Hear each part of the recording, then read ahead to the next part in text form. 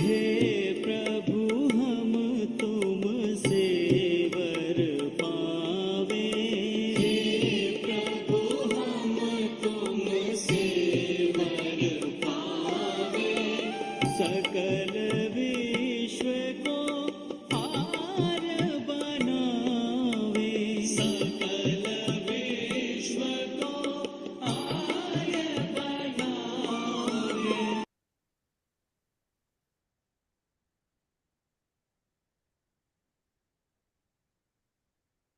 सबको सादर नमस्ते जी।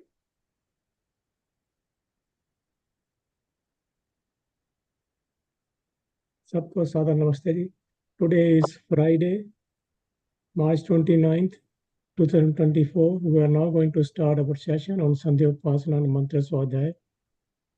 And I welcome you all who have joined via Zoom or via the Facebook or the YouTube. आज के हमारे स्पीकर हैं Ananya Arya ji from Vaidik Temple Atlanta. So I'm going to spotlight her. नमस्ते अनन्या जी, आपका स्वागत है संध्या सेशन में। Please start. नमस्ते जी, धन्यवाद। Let's sit straight. Close our eyes gently. We'll chant Om 3 times while exhaling. Inhale deeply. Om.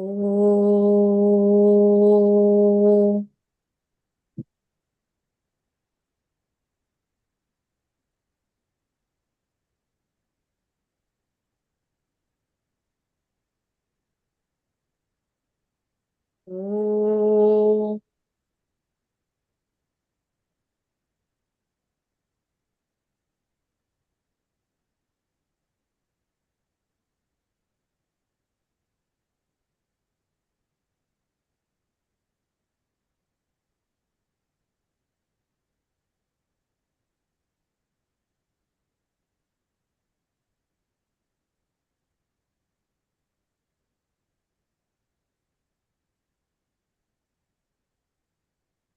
ॐ भूर्भुवः स्वः तत्सवितुर्वरेण्यं भर्गो देवस्य धीमहि धियो यो नः प्रचोदयात्। ॐ शन्नो देवीरभिष्टय आपो भवन्तु पीतये शंयोरभिस्रवन्तु नः। ॐ वाक् वाक्, ॐ प्राणः प्राणः, ॐ चक्षुः चक्षुः, ॐ श्रोत्रं श्रोत्रम्, ॐ नाभिः, ॐ हृदयम्, ॐ कण्ठः, ॐ शिरः, ॐ बाहुभ्यां यशोबलम्, ॐ करतलकरपृष्ठे, ॐ भुः पुनातु शिरसि, ॐ भुवः पुनातु नेत्रयोः, ॐ स्वः पुनातु कण्ठे, ॐ महः पुनातु हृदये, ॐ जनः पुनातु नाभ्याम्, ॐ तपः पुनातु पादयोः, ॐ सत्यं पुनातु पुनः शिरसि, ॐ खं ब्रह्म पुनातु सर्वत्र, ॐ भुः ॐ भुवः ॐ स्वः ॐ महः ॐ जनः ॐ तपः ॐ सत्यम् ॐ रेतं च सत्यं चाभिधात्तपसोऽध्यजायत ततो रात्र्यजायत ततः समुद्रो अर्णवः ॐ समुद्रादर्णवादधी संवत्सरो अजायत अहोरात्राणि विदधद्विश्वस्य मिषतो वशी ॐ सूर्याचन्द्रमसौ धाता यथा पूर्वमकल्पयत् दिवं च पृथिवीं चान्तरिक्षमथो स्वः ॐ शन्नो देवीरभिष्टया आपो भवन्तु पीतये शंयोरभिस्रवन्तु नः.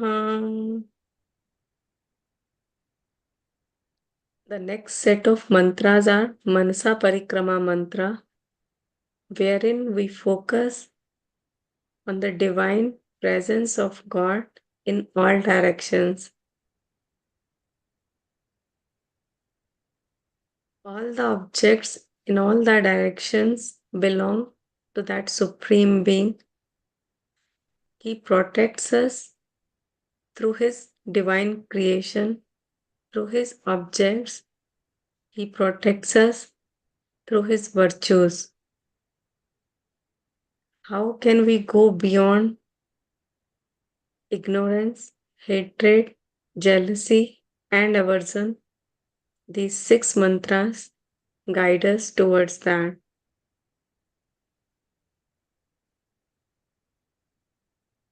We pay our salutations to that Supreme Being through these mantras for protecting and guiding us. We pray to Him to protect and liberate us from all kinds of sufferings.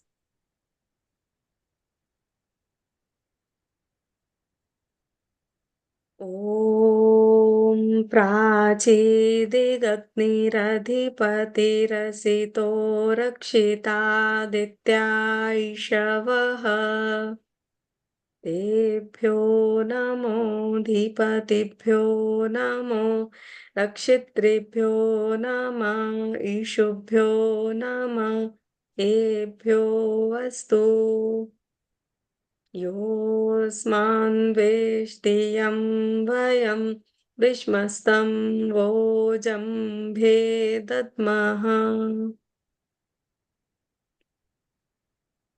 ॐ दक्षिणादिगिन्द्रोऽधिपतिस्तेरश्चिराजि रक्षिता पितर ईशवः तेभ्यो नमोऽधिपतिभ्यो नमो रक्षितृभ्यो नमः ईशुभ्यो नमः एभ्यो अस्तु योऽस्मान् वेष्टियं वयं विश्मस्तं भोजं भेदद्मः ॐ दक्षिणादिगिन्द्रोऽधिपतिस्तिरश्चिराजि रक्षिता पितर ईशवः तेभ्यो नमोऽधिपतिभ्यो नमो रक्षितृभ्यो नमः ईशुभ्यो नमः एभ्यो अस्तु योऽस्मान् वेष्टियं वयं विश्मस्तं भोजं भेदद्मः ॐ प्रतीचेदिक्वरुणोऽधिपतिः प्रीदाकु रक्षितान्नमिषवः तेभ्यो नमोऽधिपतिभ्यो नमो रक्षितृभ्यो नम ईशुभ्यो नम एभ्यो अस्तु योऽस्मान्द्वेष्टियं वयं विश्मस्तं भोजं भेदद्मः ॐ उदीचिदिक्सोमोऽधिपतिः स्वजो रक्षिता शनिरिषवः तेभ्यो नमोऽधिपतिभ्यो नमो रक्षितृभ्यो नम ईशुभ्यो नम एभ्यो अस्तु योऽस्मान्द्वेष्टियं वयं विश्मस्तं वोजं भेदद्मः ॐ ध्रुवादिक्विष्णुरधिपतिः कल्माषग्रीवो रक्षिता वीरुधैषवः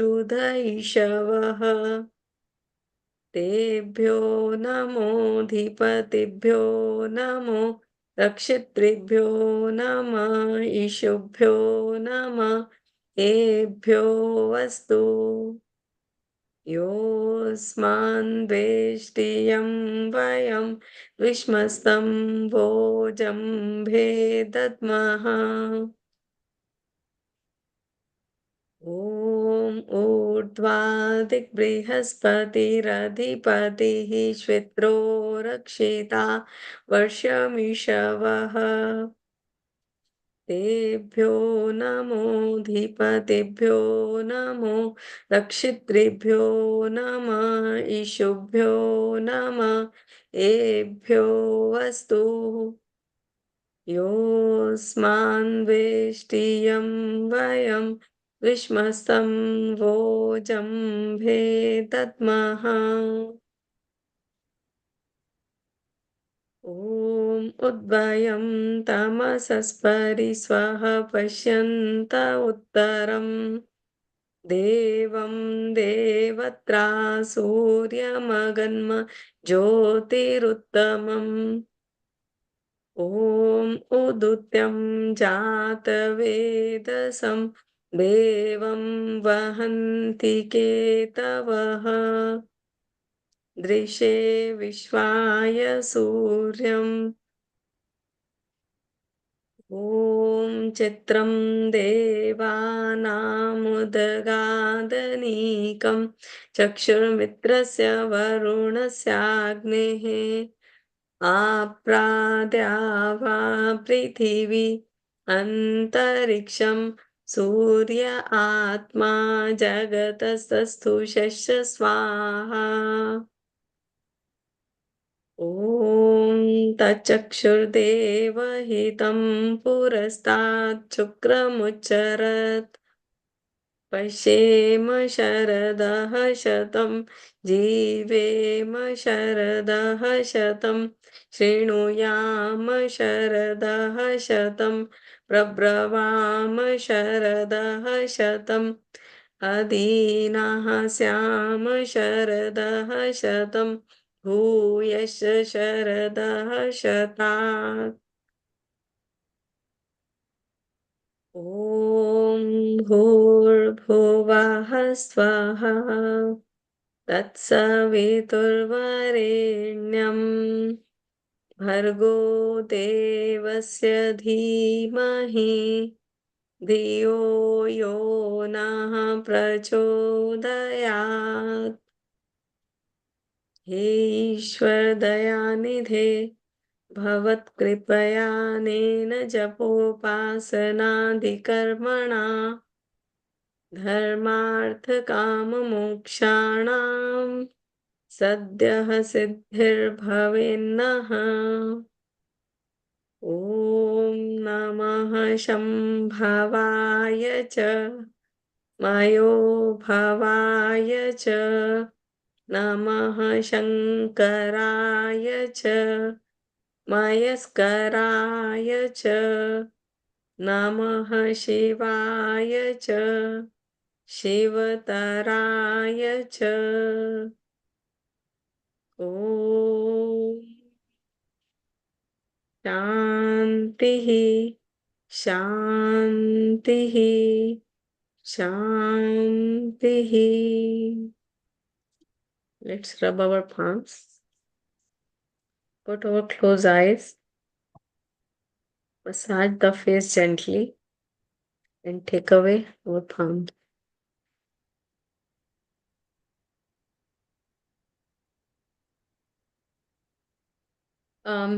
For today's session, I have taken the topic which Santoshji, I think he has not joined yet, which he asked in the last session that children do not understand this mechanism of mind. They are not at that level that if we tell them that these are the mantras which guide us to take control of our mind, these are the propensities or properties of mind, these are the various ways to take control of our mind, or in fact, what is the importance of taking control of our mind.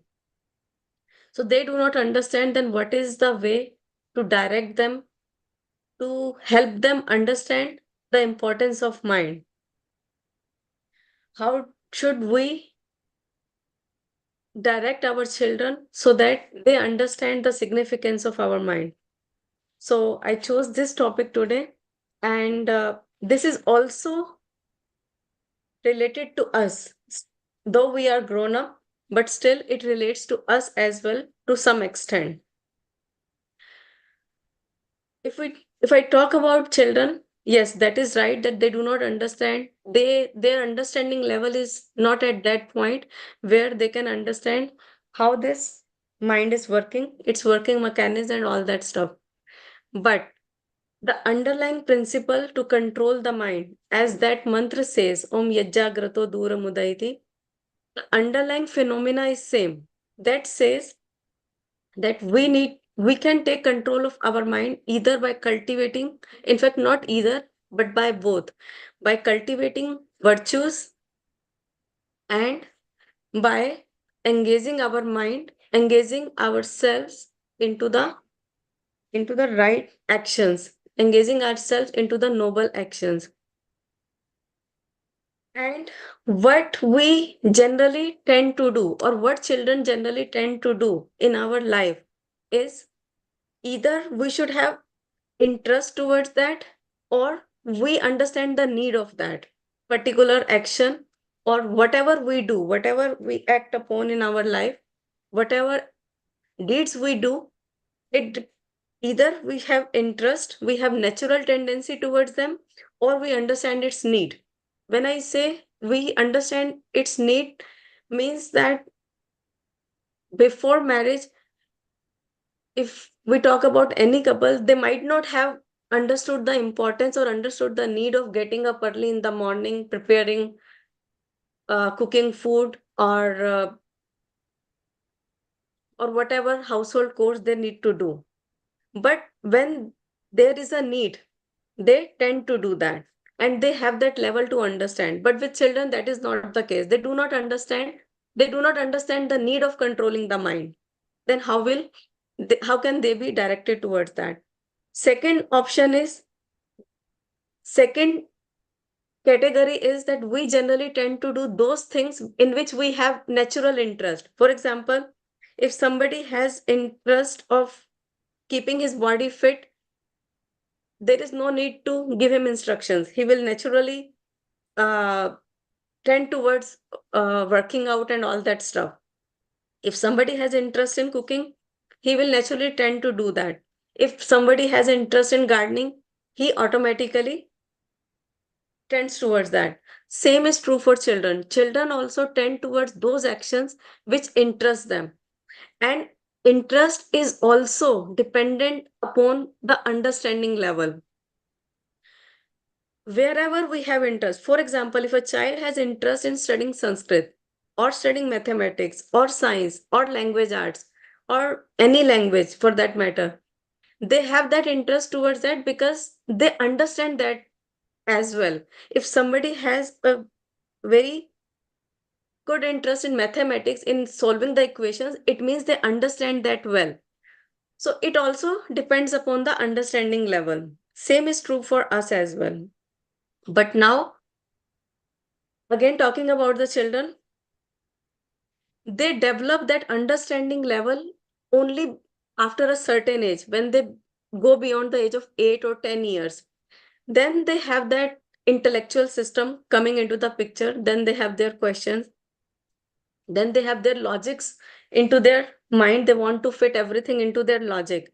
But before that, when they do not have grown up to that level, how should we direct them? So there is a very beautiful answer as given by our scriptures, which says, Yatha yatha hi purusham shastram samadhi gacchati tatha tatha hi vijanati shastram chasya rochate, which means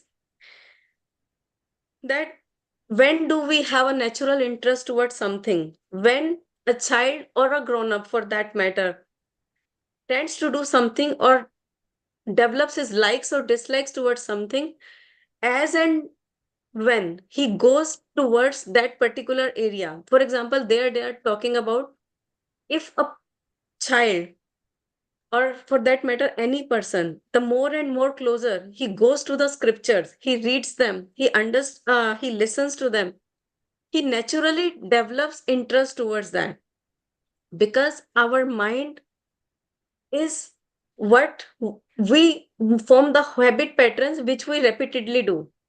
Our entire life is the game of impressions. Whatever tendencies, either from the past lives or this or the current life, whatever natural tendencies or inclinations we have, we tend towards that.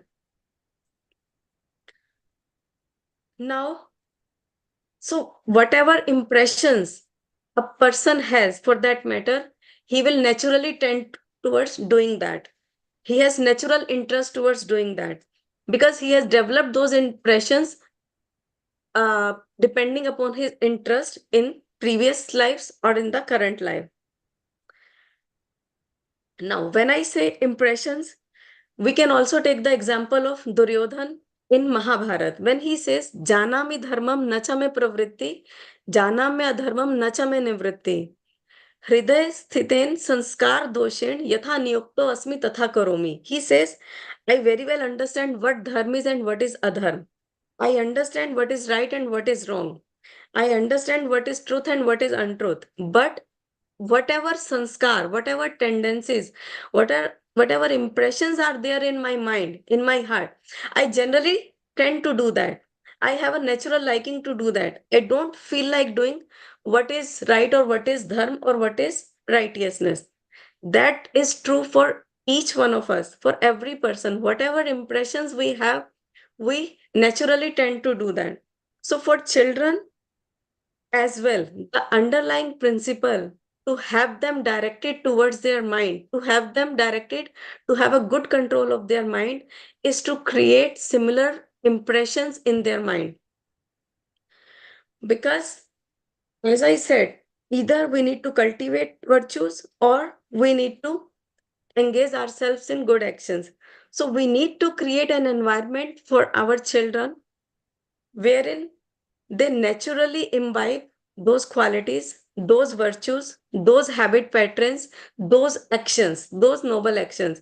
Because even if we look back in our life, whatever in our childhood we have observed, we have the environment we have got in our house, the way our parents, our elders, our teachers used to do, whatever we have seen in them, we also tend to do that. We also tend to act like that because those habit patterns become deep rooted in us and we naturally do that. That is why a proper environment is very much required. Now, for example, if we take the example of a child who is born to an advocate, for him to become a lawyer when he grows up, there are very bright chances for him to become a lawyer because by the time he grows up, he throughout I mean, more or less in his home, he sees that environment. How, for example, if his father is a lawyer, he tends to observe that how he deals with his cases, how he deals with his clients, what all books he refers to, what all penal codes he discusses about, how he handles his clients. So that environment gives impressions, or they leave impressions in his mind. That's where he also have a natural interest towards that. It's not always, but if he has interest toward that, it becomes very easy for him to have that kind of understanding level. Similarly, if I talk about, for example, if somebody has earned a doctor's degree, now merely earning a doctor degree doesn't become uh, him eligible to become a doctor. After gaining that degree, he has to go for residency for 4 years. Therein also, he lives in that practical environment. How the other doctors deal with the patients, how they practically handle the situations, how they uh, undergo or practice, uh, I mean, how they treat the patient practically. In that environment, when that to be a when that person who wants to be a doctor, he lives in that environment, he automatically imbibes that values, he imbibes those virtues, and he also becomes a good doctor. It becomes easy for him to become a doctor. Same is true for a child.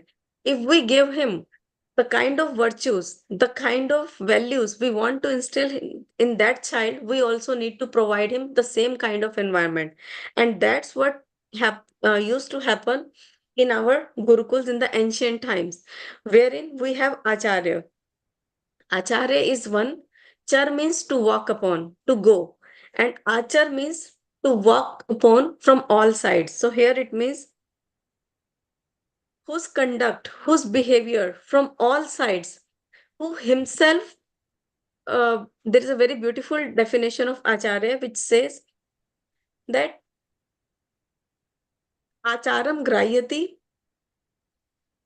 achinoti buddhim, achinoti shastrarthan. A person is said to be an Acharya only if he has he adopts that right conduct, and not only he adopts that right conduct, but he also has the wisdom to implement the knowledge in his life. He passes the instructions, he passes that knowledge to his children like a candle which enlightens a dark room. Same way that Acharya helps his children to develop his mind, to evolve his mind, to advance his intellectual level. That's when he is called Acharya, means he just not passes out the knowledge, but he himself walk upon that path. He himself he himself applies those values, those right conduct in his own life. That's when he is called to be an Acharya. But now when we don't have those system, so parents need to shoulder that responsibility. They need to take up that responsibility of instilling those values. They need to become either equipped themselves or whatever best they can do. I mean, maybe it can be simple things, maybe chanting mantras when they are around the children, maybe chanting bhojan mantra before taking the meal, chanting night mantras before going to sleep, discussing about the noble souls, because child has a very soft mind, very moldable mind. So we need to write upon their blank minds. Whatever environment they will get, they have a very strong observation power, they have a very strong focus. So they follow your instructions or not, it is up to their discretion level. But what they feel, what they observe, how we parents, we elders, we grandparents, how we handle the situation, what routine we follow, what time we get up, what time we go to sleep, the way we eat, the way we speak, the way we take care of others' feelings, all that matters to them. And they slowly and slowly absorb those impressions, absorb those activities, absorb those values, those virtues in their life. And when they grow up, We can play audios and videos which are which may be related to any religious values or so, any mantras or so, or we can have them watch the life stories of the noble souls, of the freedom fighters, or of any saints or so, or and we ourselves can also watch with them, make them read the life stories of them, so that will help them develop a good mindset, that will help them a natural interest towards all those things, taking them to Arya Samaj. Because once they become the age of 10 or 12 years, their intellect comes into the picture. Then they will question everything, that why should we follow these rituals? Why should we believe in God? Where does God live? Whether God exists or not. Or if God gives us the fruits of our actions, then why should we pray to Him? Why should we bow down to our elders? Once that intellect comes into the picture, they need to be answered logically. They need to be answered rationally, scientifically. They will not follow blind path. They will not believe in the blind values. They need an answer, a logical, a rational answer. Only then, because and before that, we have a very good opportunity to give them that environment, whatever we know we need to feed in their soft minds. But yes, when they grow up, when they have their intellectual questions, poking them, then we either need to equip ourselves with the right answers, or we need to direct them to our scholars, to the learned people. We can also invite at our own homes scholars and learned people to answer or to discuss whatever doubts or whatever questions they have. Because at that stage of life, children need solutions to their problems. So whatever works for them, whatever they understand based on the rational reasoning, only that they follow, but they do not follow any rituals or any other things blindly. And there are also other multiple ways in which children can be made equipped or can be taught to handle their minds well. For example, there are various asana practices. For example, Vrikshasana, wherein even with time, over the time, I also now understand why those asanas and small breathing exercises are being taught to the children at that time, because that also gradually helps them to concentrate, to increase their concentration level, to increase their focus level. When they do those kinds of asana wherein they have to, for example, in Vrikshasana, they have to stabilize their body. So when their entire focus is on stabilizing their body, not to let their feet fall on the ground, so automatically they become more and more focused. Their mind becomes more trained. So that is our duty, to train or to tune their mind into whatever we want them to. And similarly, giving them challenges, maybe some mental challenges. And I think that's something uh, they generally go through, that any mental challenges, mental puzzles, intellectual challenge, that also helps them to take control of their mind. And many a times they are very much prone to the screens. So we can also instruct them to stay away from their screens, connect with the nature, or coming out of their comfort zone. For example, giving them a challenge of writing 2 pages, any documentary, anything they have interest in, or preparing a speech or speaking in public. So those kinds of challenges, and that is true for the people of our age as well. Because whenever we are in our comfort zone, we do not take charge of our mind. We simply keep on doing whatever our mind directs us to. But when we take some challenge for ourselves, when we try to come out of our comfort zone, the moment, जिस moment पे हम वो कष्ट उठाने के लिए तैयार हो जाते हैं, and that too voluntarily, that we will take up this challenge, we will do this, we will come out of our comfort zone. And that is true for example, if somebody has a habit of getting up at 7, but he takes up it as a challenge to get up 30 minutes before. The moment we take that challenge of coming out of our comfort zone, our mind starts to come in our control. We start to take charge of our mind. And other way for children is to understand, make them understand through stories.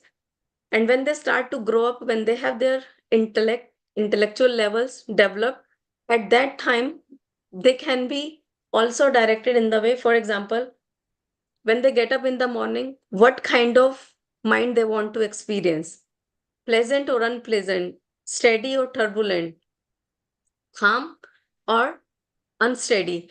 So they now also start to understand that when they sleep with their mind running in all directions by watching maybe some uh, movies which are violent or so, or at, when they sleep with that turbulence of mind, what kind of state they experience when they get up in the morning. And when they sleep with a calm mind, maybe by following simple 2 minutes introspection, self introspection technique, or maybe by following a simple meditation technique just for 5 minutes, or sleeping by reading maybe autobiography of some noble people, of people who are devoted to the nations. So how do they experience their mind when they get up in the morning? So they will automatically, I mean, they will gradually start to understand, yes, these things help, that when they follow those directions, that helps to calm down their mind, that helps to take control of their mind, that help them to take charge of their mind.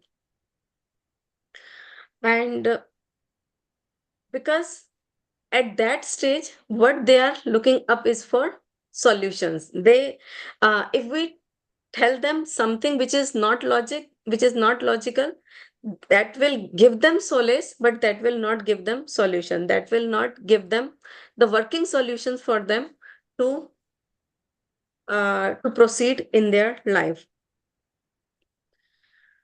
I think these are the few points which I have accumulated, which I have gathered, which can be followed up with the children to have them control of their mind, to have them good direction of their mind, to have them instill right values, right impressions, so that when they grow up with those impressions, they grow up with those values and virtues, and they have automatically interest, they have automatic inclinations to do those things by their habit patterns. I think that's all for today.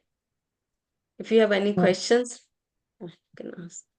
किसी को प्रश्न हो तो please you can unmute and ask. I will just add, your son and daughter are very well trained, in the Vedic systems. Both are excellent. Yeah, actually, that is also the effect of the environment. Because my mother-in-law and elders, they are, but still far way to go. Many things, because yes, they know the mantras, they know their meaning, but instilling them in their life when they grow up with the right intellect, I mean, instilling them in their life, in their practical life, that is more important. That's what concerns me. Yeah. It will happen, don't worry. Yeah, that time will tell. Yeah. Thank you. Just one challenge I just want to share. But my son is very much interested in watching the